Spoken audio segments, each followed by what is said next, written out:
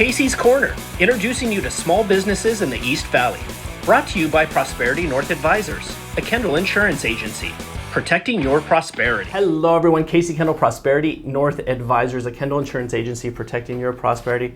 Joining me today, Michael Benton. How you doing, man? Very good, thank you. U.S. Health Advisors. Yes, yep. Thanks for being here. Absolutely, it's a pleasure. I'm looking forward to it. So, Michael, tell us a little bit about yourself, about U.S. Health Advisors, and how you got started in the business. Absolutely. So, I've been in the health insurance business for about 2 years now. I started back in August of 2020. And really, my history is kind of all over the place, man. I did banking, and I sold mortgages, and I did life insurance sales. And so, when this opportunity came up, it really kind of hit home for me. I've always been in the business of service. I was in the military for 4 years. And so, it was an opportunity for me to better myself and my career, my family, and obviously be able to help other people too with their health insurance. So I didn't know that. Thank you for your service. Absolutely. I appreciate that. What branch were you in? Navy. Awesome. Yes. That's awesome. I'd love to talk about that with you sometime. Absolutely. Tell us, so you got started Yes. with U.S. Health Advisors. You've got a diverse background. Talk to us a little bit about who you're helping, Yeah. and what maybe your ideal client looks like. Absolutely.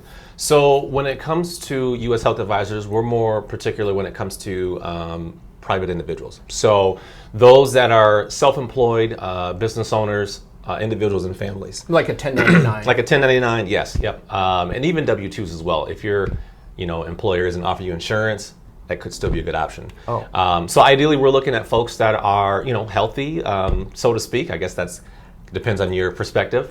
But again, it's folks that are not utilizing insurance as much as they probably are. They don't see the doctor a lot, and they're really just wanting to kind of save money on their coverages and tax liabilities. So that's kind of who we're looking at. Okay. You just said something that got my attention. You said tax liability. Yeah. I'd like to come back to that. Okay. But can you give us an example of either a 1099 employee or a business owner and how you would approach that client? Absolutely. So, my portfolio is pretty big and large when it comes to different types of industries. So truck drivers are a perfect example because they're usually 1099. They're contracted through someone that they're using their rig for. So hair salons, right? They're not being offered insurance because they're self-employed. So usually my approach is very simple. It's just reaching out to them, seeing if they do have a need for health insurance because again, they're typically not being offered that service. And then from there, it's just kind of doing like how you do. We prospect your clients and make sure, hey, what needs do you have?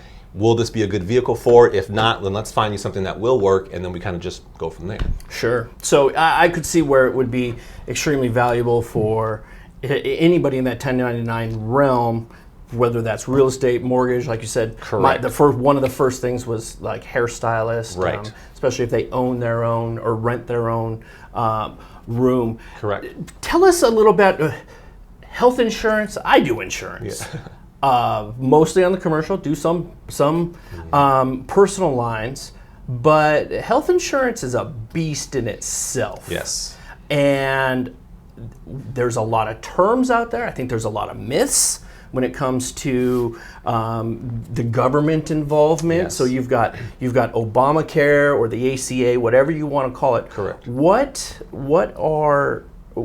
the difference between that healthcare marketplace, Obamacare, Yes. versus like private insurance through a company like yours? Absolutely. So we'll start off with Obamacare or ACA. So typically those plans will be offered through group insurance. So for those of you folks that are W-2 and you're being offered through insurance through your work, they're actually just offering you Obamacare plans. So because there's not really much of a difference. Interesting. Yes. Another big difference is that majority, depending on where you are in your location and state, majority of the plans on the Obamacare are going to be offering an HMO network. So what that means is that they're going to basically tell you which doctors and hospitals you're able to see, and they're also going to offer you typically higher deductibles. Versus on a private side, those plans are typically offered a PPO network. So again, you're able to choose your own doctors, choose your own hospitals, and you're covered anywhere within the U.S.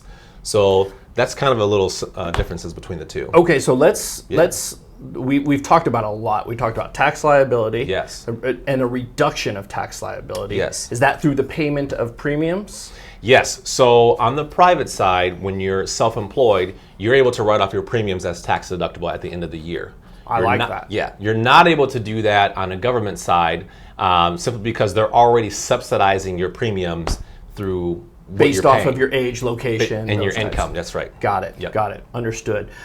What is the difference between, you touched on it a little bit, HMO versus PPO? Yeah. I just always feel like I kind of just show up and, hey, here's my card, Yeah. and please, Right. And what pray is for the this best. going to be? Yes. Yes. So, the easiest way to explain it is this. If you're someone that travels a lot, you're automatically going to want to be on a PPO, okay? Because again, you could travel, your home state could be Georgia, you could travel to California, and you were not going to have any problems getting coverage should something happen to you. Versus if you're on an HMO, again, those policies are only limiting either you to your state or your county. So once you leave those areas, it may be difficult for you to either get insurance, or your cost of what you're going to pay is going to be extremely expensive. Can you work with an individual to either be hospital specific, doctor specific at all? Absolutely. So I have clients right now that tell me, hey, Michael, I don't want to leave Dr. Such and Such.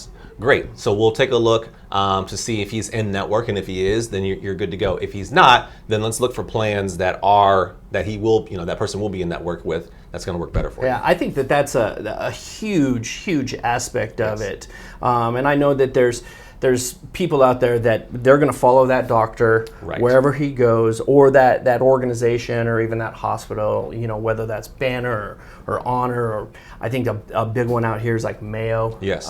So being able to have that flexibility and pivot point, I think, and customization Absolutely. is absolutely huge. Absolutely. I mean, that's another big reason why folks tend to choose private plans over other options, is because you can customize them. So when you're on a group plan or you're on ACA, if you don't need hospitalization benefits, or if you don't need pregnancy, if you don't need mental or emotional disorder, then why pay for it? So on the private side, you're able to eliminate those particular coverages, save yourself money, and only be covered for the things that you want to be covered for. When you're working with a client, what are some of the biggest holes that you might experience, or areas of deficiency that you'll see if they're coming from an existing plan? Yeah, so usually what we'll see is we'll start with deductibles, right? So typically when you're on a group plan or you're being offered insurance through your work, they offer really low deductibles. So when folks are looking at making a change, they're accustomed to having $1,200 deductible, $1,500 deductible. And so when you leave those markets, typically they go up. So they're going to be anywhere between $3,000 and they work their way up, depending on what plan you choose. Other deficiencies I see could be, just particular coverages. Some offer life insurance, some don't. Some offer dental and vision. Long-term care? A lot of the plans do not offer long-term care outside of your work insurance. So Interesting. you're not going to have long-term care on Obamacare. You're not going to have long-term care on private. That's when you're going to have to start getting supplemental insurance, which is additional insurance outside of what you primarily have. Okay, that's good information to know. Michael, what is the best way? This has been an absolute... I'm having a blast. This is good. It's a great conversation, and I'm learning a ton. Awesome. And I guess my assumption is, coming with my insurance experience, and obviously not everyone's going to have this, but deductibles and premium are inverse to each other. So if you've got a high deductible, your premium will be lower, etc. Yes. Yep. Typically, so they go hand in hand. So if you are on a high deductible plan, typically high deductible could be anywhere from $5,000 up to $20,000 if you're comfortable with that. So obviously, the higher deductible, the lower your premium gets, and vice versa. Okay. So when you're choosing those things, it's really based on your needs. So again, if you're a 22-year-old young male, young female, you're healthy, you rarely go to the doctor's office, it may be a good option for you to go with a high deductible plan, because more than likely you're never going to meet that deductible. Now again, that also depends on what plan you go with, okay? Because if you're on an Obamacare plan, you're going to pay for your services 100% until you meet that deductible. Versus on a government plan, a private plan, they offer $0 deductibles and $0 copays for certain coverages. So it's all about having the conversation and understanding, okay, where am I at with my health needs? What avenue is going to make the most sense? Because you could get yourself in trouble. Yeah, that's that shotgun approach versus Yes. that sniper, and really Correct. understanding their needs. Michael, this has been absolutely amazing. What is the best way for someone to get a hold of you? Yeah, so you guys can reach out to me on my cell phone. I'm always on my cell phone, 605-929-1238. And then my email is Michael, M-I-C-H-A-E-L, Michael.Benton at ushealthadvisors.com. I will make sure that all of that is in there. It should be right here. Michael, thank you very much. Pleasure. I appreciate your time. Absolutely. And thank you for coming out. It's been appreciate absolutely very informative. Thank you. Absolutely. If you'd like to be featured on Casey's Corner, please like, subscribe, share this video. Thanks very much. Have a great day.